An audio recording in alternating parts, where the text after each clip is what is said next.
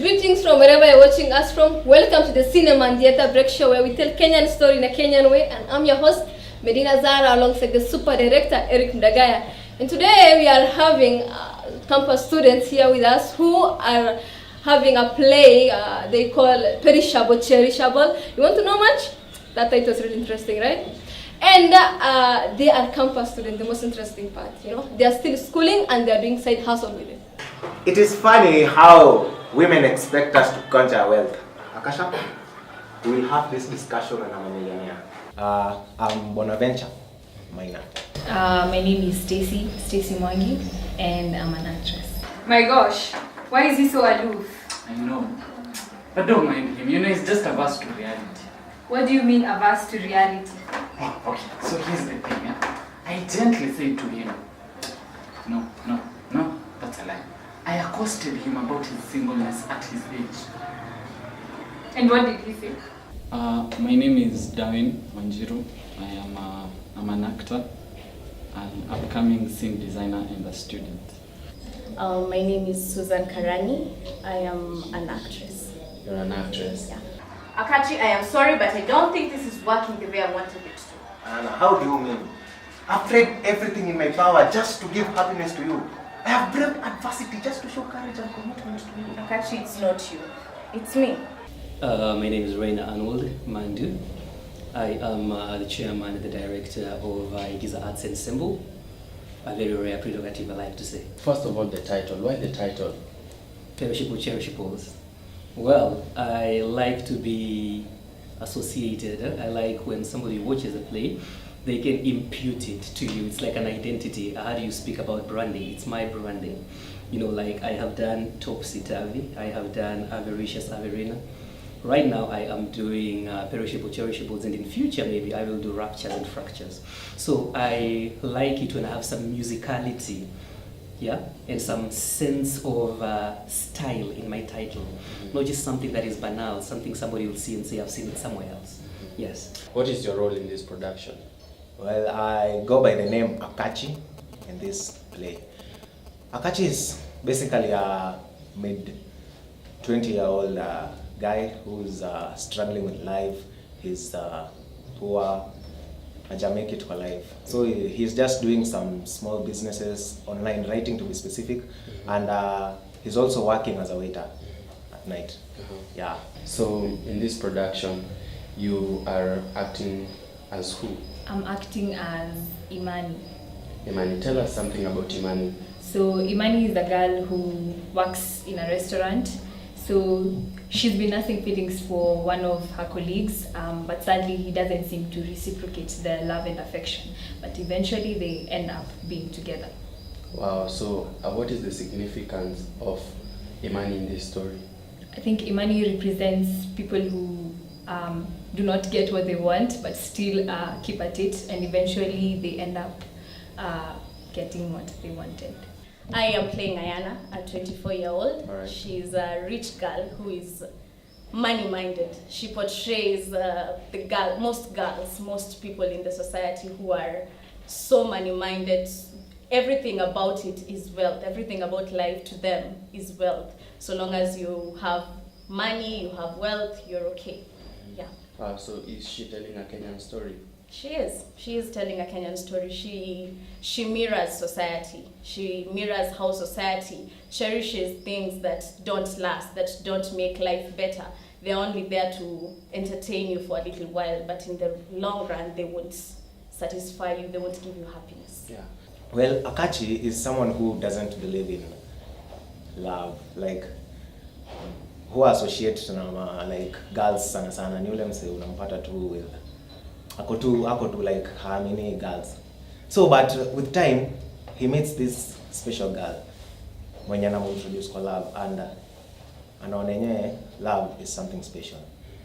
So he decides to give in to love and loves the girl completely, despite the fact that he's poor. But the girl is also from a rich background, but she accepts me the way I am. So the love is real. I'm Akasha. I am the brother to Akachi. Akasha is someone who he represents the people in society who give you pressure to move on in life, you know, to get married, to find a job, you know, to find something better. But now, like, you see, he's just a cheeky character on stage who brings sort of some humor, but also he tries to influence his brother, to show him that stop being so confined in your beliefs and move outside and go and experience something different from what you do you think in this production, when you're telling this story, is it telling a Kenyan story? Yes, I think it's telling a Kenyan story because everybody falls in love, and in some instances, people fall in love with people who don't love them back. And I think it happens everywhere. Okay, well, it's a Kenyan story. The whole play is a Kenyan story, and it's actually a universal. I would say it's a universal story because we're talking about things that are perishable yet cherishable. You see, like that's everything that's something that's everywhere.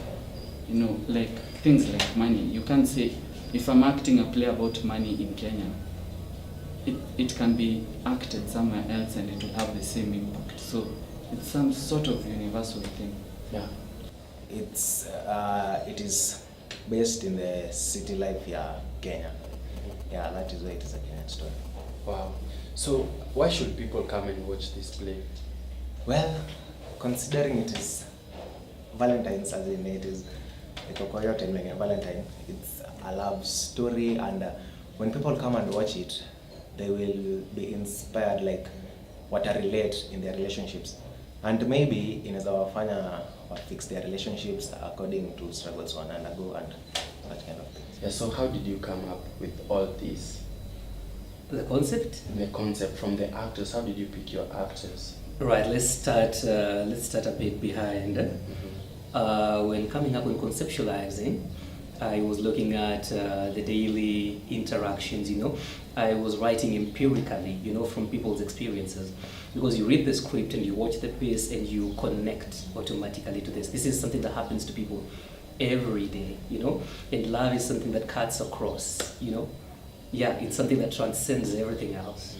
And having said that now, that actually prompted me to do a story, you know, which the actors themselves can connect to it and the audience can connect to it. So here I have the script ready. Now I need a syndicate to actually come and work with to act.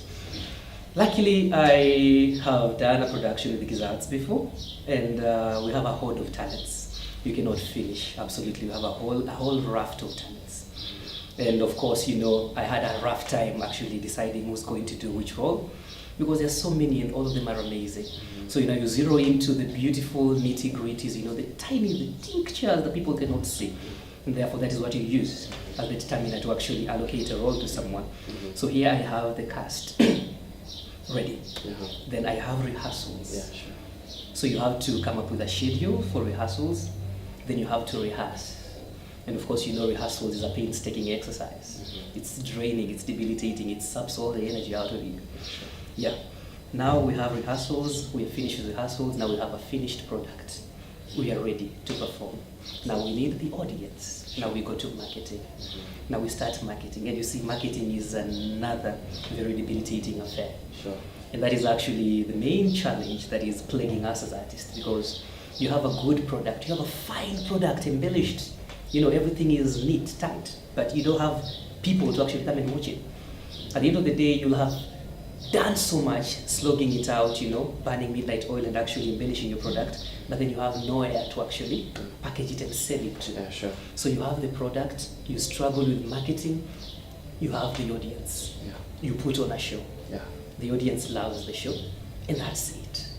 You come back home with a few pennies in the pocket, you know, paltry, and then you have to move on. You have to keep trudging. Sure. So it's a journey of trudging, and what I can say is art is difficult in all senses of the word. The first time I ever acted, I was in class 6, back in church. Then as time went on, I joined drama in primary school and in high school. And after high school, I did some gigs with a certain group where we performed set books. Yeah, then I later joined Igiza Arts production. Igiza Arts. So when did you join Igiza Arts?